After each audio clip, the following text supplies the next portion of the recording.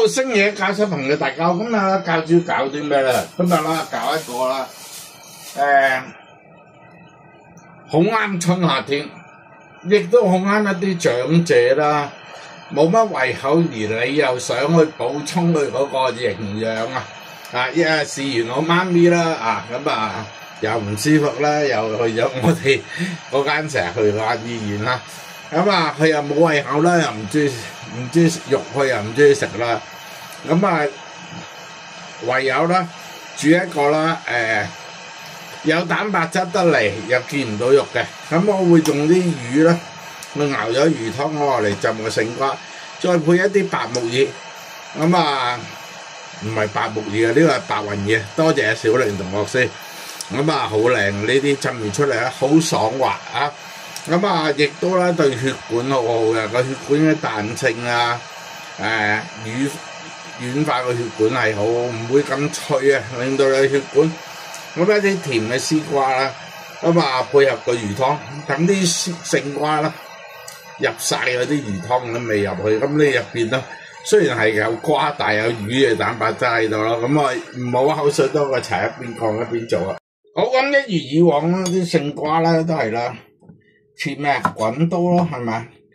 一路轉出嚟啦，切到啦三尖八角三頭六耳，呢啲咧就叫滾刀啦。滾刀嘅切法咧就一係啦，去喺最大程度入邊咯，索到嗰啲湯汁啊。一般咧我哋切勝瓜我哋會咁樣切啊。如果愛嚟炒嘅一定係咁樣切。好，咁都係啦，鑊一定要熱啦，係咪？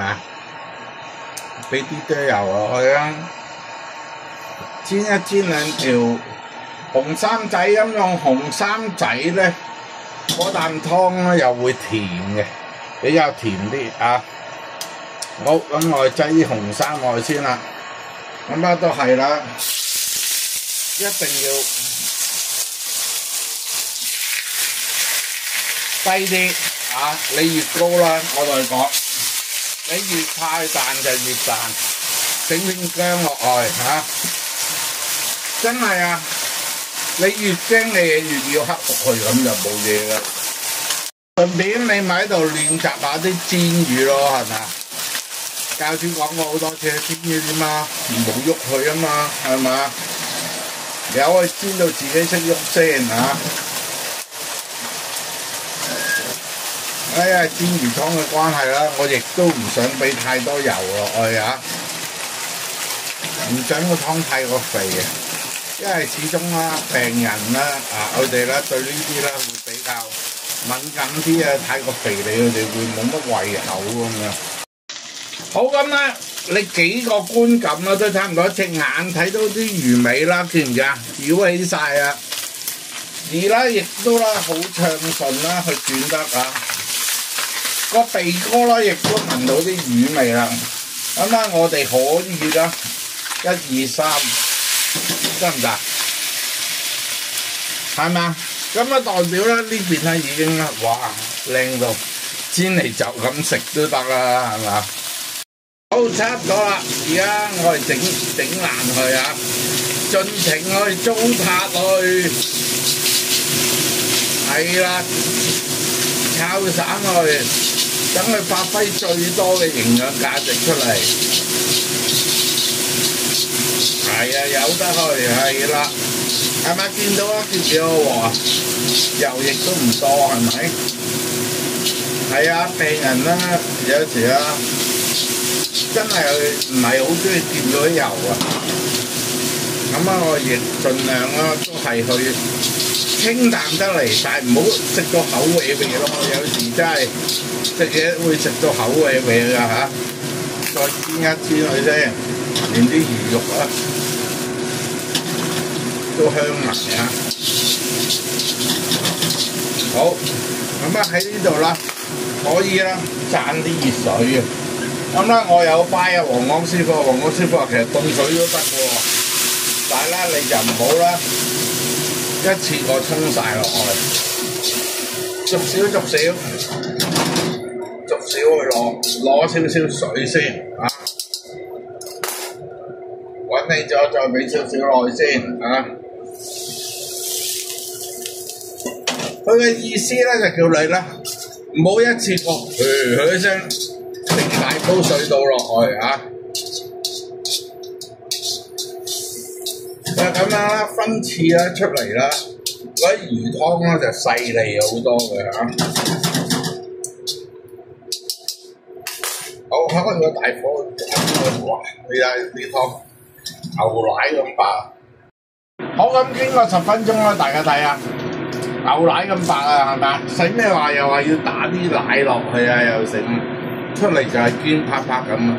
成條魚嘅營養價值咪喺晒度咯。你啊，雪白啊，咁啊漂亮啊呢個，咁啊倒翻去隔咗啲渣，最緊要唔好有魚。好，咁隔完出嚟啊，哇，就係有呢啲魚湯啦，去加持佢。咁如果咧你哋自己一般人啦，我哋當餸可以俾少胡椒粉啊，叫咩啊？老人家氣管唔係咁好，咁我哋啊唔好捉到佢啊，新鮮魚咧唔需要食翻魚嗰陣甜味，搞掂。就攞呢個魚湯嚟浸。好，咁都係燒熱個鑊啦，油啦，俾啲雲耳落去炒一炒佢，啲雲耳啦，咁樣咧炒佢咧，佢會咧香好多嘅嚇，唔好就咁倒落去就煮，一定啦要食少少油啦，爆香佢啊！好，炒完跟住攞翻上嚟先嚇。攞翻上嚟啊！咁啊，跟住咧，補多少少油落去，好，將啲勝瓜擠落去嚇，將啲勝瓜擠落去炒炒，係啦，俾2粒鹽落去嚇，俾少底味落去，少少夠啦，俾少酒落去，剔一剔嗰個瓜嗰陣。腥味啊！咁呢啲瓜咧就會保留到嗰個甜味啦，而去咗一陣啦，瓜嗰陣草青味佢啊！好，咁上下，我哋而家又鏟翻上嚟啊！係啊，應該我哋仲要浸啊嘛，而家已經其實啦有5、6成熟噶啦，好。搞掂，補多啲油又落去，係啊，倒少少就變咗好多噶啦。好，將蒜啦擠落去，炒一炒開佢先。好，再將啲魚湯啦倒埋落去。